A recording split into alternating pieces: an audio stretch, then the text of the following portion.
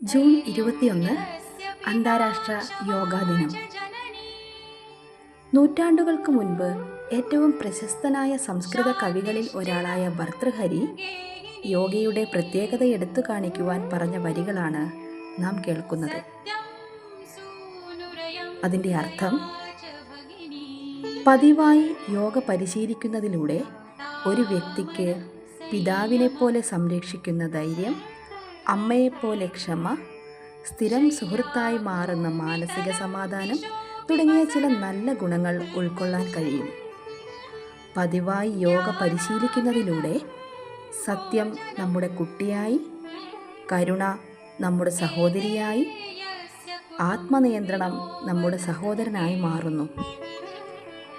ഭൂമി നമ്മുടെ കിടക്കയായി മാറുന്നു. അറിവ് നമ്മുടെ വിശപ്പിനെ ശമിപ്പിക്കുന്നു.